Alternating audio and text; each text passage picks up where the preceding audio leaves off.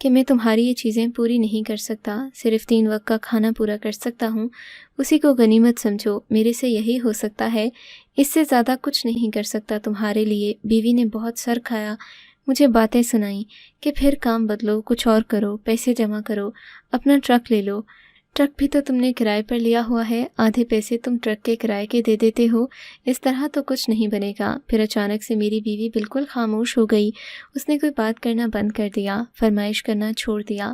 میں سمجھ گیا کہ شاید سمجھ گئی ہے کہ میں اس کی فرمائش پوری نہیں کر سکتا، پر ایک دن اس کو بہت پیارا سوٹ پہنے ہوئے دیکھا تو پوچھا کہ یہ سوٹ کہاں سے آیا ہے، تمہارے پاس تو یہ بالکل نیا لگ رہا ہے۔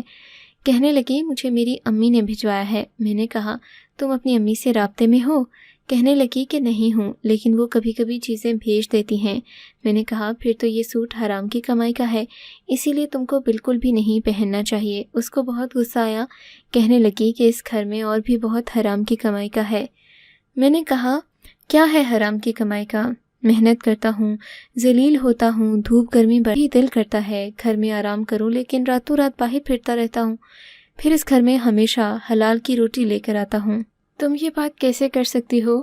تم ہوا میں اتنا بڑا تیر نہیں چلا سکتی۔ بتاؤ مجھے کیا دیکھا ہے تم نے جو اس گھر میں حرام کا تھا؟ تم نے یہ بات کیسے کی؟ میری بیوی کا کہنا تھا کہ آپ کی بات کے بدلے میں نے یہ بات کر دی۔ مجھے غصہ آ گیا، اس کا کوئی مطلب نہیں تھا، اس گھر میں حرام کی کوئی چیز نہیں ہے۔ آپ ٹھیک کہتے ہیں، آپ بہت محنت کرتے ہیں۔ میری بیوی اچانک ہی بالکل سے بدل گئی، مجھ سے معافی مانگنے لگی۔ میں نے کہا کہ آئندہ اس طرح کی بات بھی اپنی زبان سے نہیں نکالنا۔ میرے لیے حرام کی کمائی لانا اس گھر میں بہت آسان ہے، لیکن میں ایسا نہیں کرتا۔ بعد میں بھی اس بات کے بارے میں سوچتا رہا، پھر سوچا شاید رات کو بیوی نے غصے میں بول دیا ہوگا، ویسے بھی غصے میں انسان کا دماغ نہیں چلتا۔ لیکن اسی رات ایک بہت عجیب کام ہوا۔ میں سڑک پر کھڑا تھا، اپنا کام کر رہا تھا، آن لوڈنگ کر چکا تھا، یہاں سے جانے والا تھا کہ ایک عورت میری طرف آئی۔ اس نے یوں تو برقع پہن رکھا تھا، لیکن اس کے رنگ برنگے کپڑے اور اس کے جوتے نظر آ رہے تھے۔ اس کی آنکھوں پر بہت تیز میک اپ تھا، اس کے وجود سے شراب کی بو آ رہی تھی۔ وہ آ کر میرے ٹرک میں بیٹھ گئی۔ میں نے کہا یہ کیا حرکت ہے؟ بی بی نکلو یہاں سے۔ اس نے مجھے چپ کروا دیا، کہنے لگی پلیز ایسا نہیں کرو، میرے پیچھے کچھ لوگ پڑے ہیں۔ میں نے کہا کیوں پڑے ہیں؟ تمہارے پیچھے لوگ اس طرح کا حلیہ بنا کر آدھی رات کو سڑکوں پر نکلو گی تو تمہارے پیچھے لوگ ہی پڑیں گے۔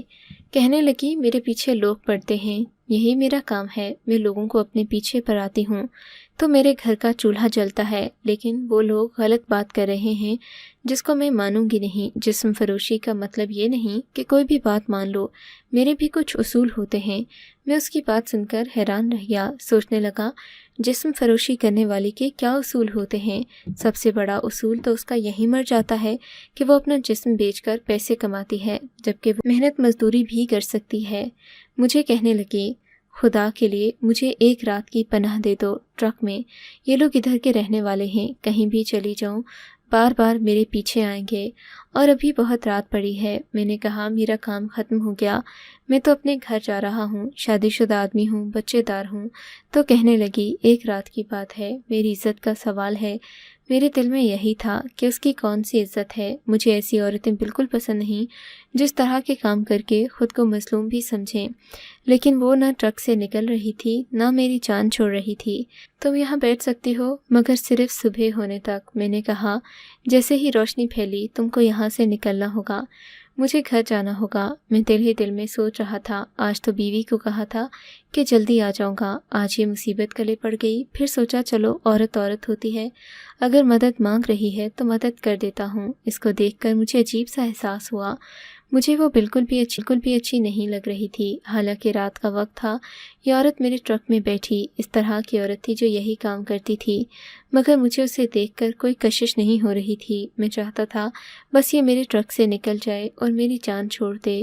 وہ آرام سے بیٹھی تھی، شیشے سے بھی بالکل نیچے تقریباً لیٹی ہوئی تھی، لیکن میں اس کی طرف دیکھنا بھی نہیں چاہ رہا تھا۔ پھر میں نے کہا تم یہ سب کیوں کرتی ہو؟ تو کہنے لگی تمہارے گھر کی عورتیں یہ سب کیوں نہیں کرتی؟ میں نے کہا زبان سنبھال کر بات کرو، میرے گھر کی عورتوں کا نام بھی نہ لو۔ کہنے لگی میں تم سے پوچھ رہی ہوں کہ تمہارے گھر کی عورتیں یہ کام کیوں نہیں کرتی؟ میں نے کہا میں مر گیا ہوں کیا؟ میں ہوں نا ان کے لیے، پیسے کمانے کے لیے، میں پیسے کماتا ہوں، ان کی ساری ضرورتیں پوری کرتا ہوں، تو پھر ان کو یہ سب کرنے کی کیا ضرورت ہے؟ اس بات پر وہ ہنس دی، پھر کہنے لگی، پھر میرے پاس تمہارے جیسا کوئی نہیں ہے، تبھی تو یہ کام کرتی ہوں۔ اگر میرے سر پر کوئی مرد ہوتا، میرا باپ شوہر ہوتا یا بھائی ہوتا، مجھے یہ سب کرنے کی کیا ضرورت تھی؟ عورت کو اس مقام پر لانے والا بھی مرد ہی ہوتا ہے، پھر اس کے ساتھ غلط کاری بھی مرد ہی کرتا ہے، اس کو مظلوم بھی مرد بناتا ہے، پر اس کی مظلومیت کا فائدہ بھی مرد اٹھاتا ہے۔ یہ سب اسی معاشرے میں ہوتا ہے اور ہوتا رہے گا، کیونکہ یہی زندگی ہے، ہم اس میں کچھ نہیں کر سکتے۔ میں نے کہا، ٹھیک ہے، جب تک یہاں بیٹھی ہو اپنی زبان بند رکھو، مجھے تم سے کوئی بات نہیں کرنی۔ اس کے وجود سے بہت ہی عجیب قسم کی خوشبو آ رہی تھی، خوشبو دماغ کو لگ رہی تھی، ایسی خوشبو کہ کسی کو بھی نیند نہیں آ سکتی تھی۔ پتہ نہیں، میں نے کافی عرصے سے کوئی خوشبو لگائی نہیں تھی، شاید اس لیے مجھے خوشبو بھی بری لگ رہی تھی۔ خیر، کرتے کرتے سو ہی گیا، کیونکہ 12 بجے کے بعد وقت ایسا ہوتا ہے جس میں کسی بھی انسان کو نیند آ جاتی ہے۔ میں تو تھکا ہوا تھا، دل میں سوچ رہا تھا، بھلا بیوی ابھی تک انتظار کر رہی ہوگی، فون نہیں تھا کہ فون کرتا اور اسے وہی یہاں سے نکل جانا۔ اس نے بالکل ایسا ہی کیا، وہ صبح ہوتے ہی نکل گئی۔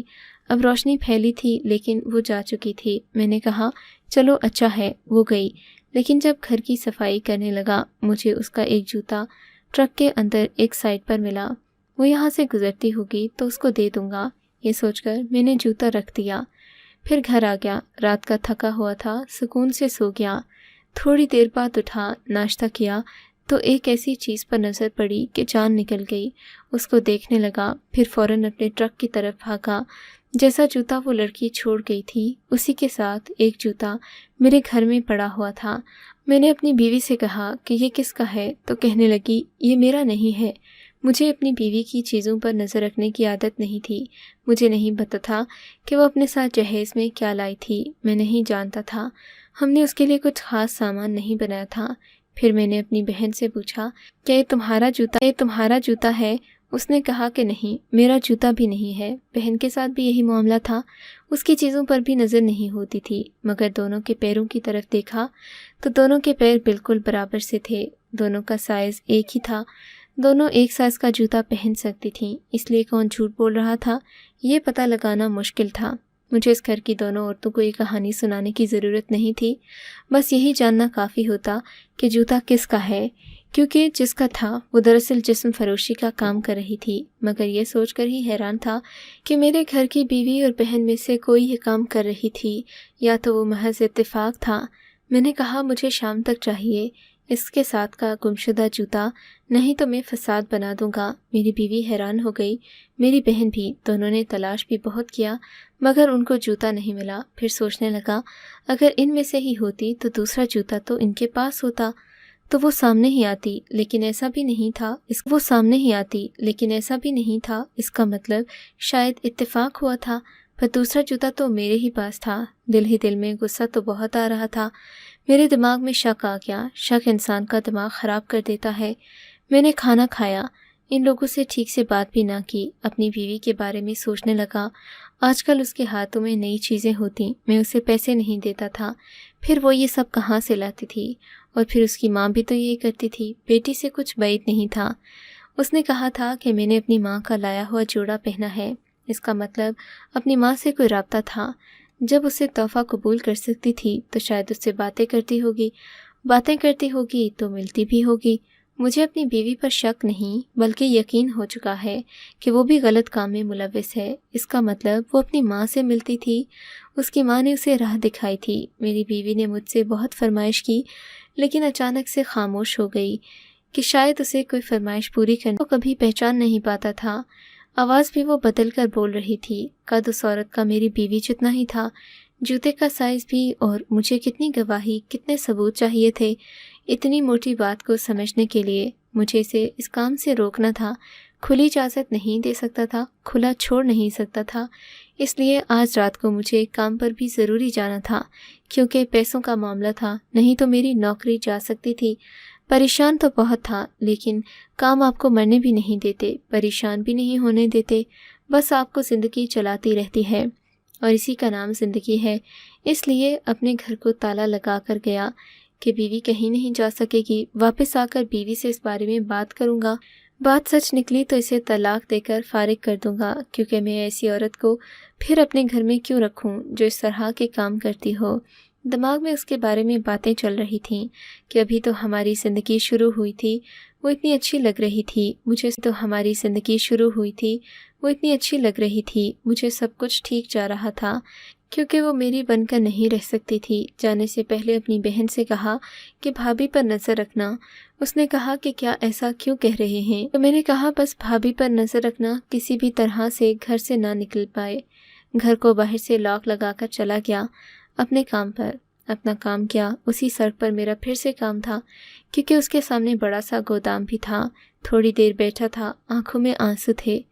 سوچا کہ گھر جاتا ہوں، لیکن حقیقت سے پردہ اٹھ جانا تھا، میرا بھرم ٹوٹ جانا تھا، میرا گھر برباد ہو جانا تھا۔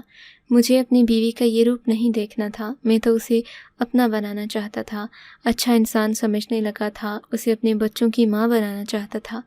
مگر ایسی عورت کسی بچے کی اچھی ماں نہیں بن سکتی۔ اس کا تو میری بہن کے ساتھ رہنا بھی مناسب نہیں تھا۔ میری بہن تو ویسے ہی کچھ دماغ کی کچی تھی، کیا پتا کہ کل کو میری بہن کو بھی سامنے سے برقع پہن کر میری طرف بھاگتی ہوئی آئی۔ اس بار وہ اندر نہیں آئی، بلکہ میں نے خود اسے گھسیٹ کر اپنی ٹرک میں بٹھا لیا۔ کہا کہ گھر سے باہر کیسے نکلی؟ شرم نہیں آتی؟ یہ سب کرتے ہوئے میری عزت کو تم نے نیلام کر دیا۔ جانے کون سے جرم کا بدلہ لیا، کس بات کی سزا دی؟ مجھے کیا کمی تھی مجھ میں؟ میں تمہاری ضرورت پوری نہیں کر پا رہا تھا کہ تم یہ سب کر رہی ہو۔ وہ حیران ہو کر مجھے دیکھ رہی تھی، کہنے لگی کل میرا جوتا آپ کی طرف رہ گیا تھا، میں تو وہ لینے کے لیے آئی ہوں۔ میں نے کہا تمہیں شرم نہیں آتی یہ سب کرتے ہوئے؟ میرا دل جلانے کے لیے دوبارہ میرے پاس آ گئی ہو؟ میں تمہاری حقیقت جان چکا ہوں، سمجھ گیا ہوں میں کہ تم کون ہو۔ تمہیں تو شرم سے مر جانا چاہیے، بجائے اس کے کہ معافی مانگو۔ اپنی بات کی کوئی وضاحت پیش کرو، وجہ بتاؤ۔ تم اپنا جوتا لینے کے لیے اتنی بے شرمی سے آ گئی؟ میں نے آج تک تم جیسی عورت نہیں دیکھی۔ وہ مجھے حیران ہو کر دیکھنے لگی۔ کس قسم کی باتیں کر رہے ہیں آپ؟ میں نے کون سی آپ کی عزت خراب کر دی؟ آپ کی عزت کی ذمہ داری کی ٹوکری میرے سر تو نہیں تھی۔ وہ عجیب سی باتیں کرنے لگی۔ میں نے کہا پٹی لگانے کی ضرورت نہیں، زخم کھل چکا ہے، مجھے پتہ چل گیا ہے تم کیا کرتی ہو۔ غصے میں آ کر میں نے اس کا نقاب کھینچ دیا، لیکن جب اس کا نقاب کھینچا تو حیران پریشان رہ گیا۔ وہ میری بیوی نہیں تھی، بلکہ وہ میری چھوٹی بہن کی سہیلی تھی، جو اس کی بچپن کی سہیلی تھی، اور میں اسے اچھی طرح جانتا تھا۔ اس کا باپ اس دنیا میں نہیں تھا، اس کی ماں نے اس کی شادی کی، لیکن اس کے شوہر نے اس پر بہت ظلم کیا اور طلاق دے کر گھر واپس بھیج دیا۔ میں نے کہا تم یہاں پر کیا کر رہی ہو؟ اس نے کہا میں مجبور ہوں، اس لیے یہ سب کرتی ہوں۔ میں نے کہا میری بہن کو تو تمہاری حرکتوں کے بارے میں پتہ ہے۔ کہنے لگی آپ کی بہن کو نہیں پتہ، میرا ایک جوتا آپ کے گھر پر رہ گیا تھا، ایک یہاں پر لینے کے لیے آئی تھی۔ اس نے مجھے بتایا کہ بھائی جوتے کو لے کر عجیب باتیں کر رہے تھے، اسی لیے تو میں آج یہاں پر آئی کہ آپ کے دل سے شک نکال سکوں کہ کہیں آپ اپنی بہن اور بیوی پر شک نہ کر رہے ہوں۔ آپ کی بہن اور بیوی ایسی بالکل بھی نہیں ہے، میں تو مجبور ہوں، میری قسمت خراب ہے۔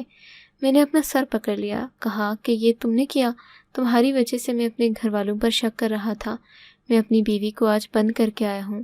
وہ بھی پریشان ہو گئی، کہنے لگی آپ کو ایسا بالکل نہیں کرنا چاہیے، آپ کو اچھی طرح جانتی ہوں، اس لیے تو آپ کے پاس پناہ لینے کے لیے آئی تھی، ورنہ کسی اور کے پاس لینے چلی جاتی، مجھے پناہ نہ ملتی بلکہ اور بھی سزا مل جاتی۔ میں نے اسے کہا تم میری بہن کی دوست ہو، تم بھی تو میری بہن جیسی ہو، یہ سب کیوں کرتی ہو؟ اس طرح کی حرکتیں چھوڑ دو۔ کہنے لگی گھر پہ کوئی نہیں ہے، ماں بیمار ہے، چھوٹی سی بچی ہے، کیا کروں؟ شوہر مجھ سے یہ سب کرواتا تھا، اس لیے تو اس نے مجھے چھوڑ دیا، لیکن پھر سوچا جب زندگی خراب ہو ہی گئی، عزت لٹ گئی، تو پھر یہ سب کرنے میں کیا جاتا ہے۔ میں نے اسے کہا میں اس کے لیے کوئی نوکری تلاش کروں گا، لیکن گھر آیا تو بہن نے بیوی کو بتا دیا کہ کہہ گیا ہے کہ بیوی پر نظر رکھنا اور گھر کو بھی لاک لگا کر رکھنا۔ بیوی ناراض تھی، اسے مجھ سے یہ امید نہیں تھی، اس نے مجھے بہت باتیں سنائیں، مگر پھر میں نے ساری بات بتائی تو اس نے بھی اپنا سر پکڑ لیا۔ کہنے لگی کیا مجھ پر شک کر رہے تھے؟ میری ماں ایسی تھی، لیکن اس کا مطلب یہ نہیں کہ میں بھی ایسی ہوں۔ میں نے اپنی بیوی سے معافی مانگی اور سوچا کہ شک واقعی زندگی برباد کر دیتا ہے۔ آپ کو اگر یہ کہانی اچھی لگی ہے تو اس ویڈیو کو لائک کیجیے، اور اس طرح کی مزید کہانیاں سننے کے لیے ہمارے چینل کو ضرور سبسکرائب کیجیے۔ کہانی سننے کا شکریہ۔ آپ سے ملاقات ہوگی اگلی ویڈیو میں، تب تک کے لیے اللہ حافظ۔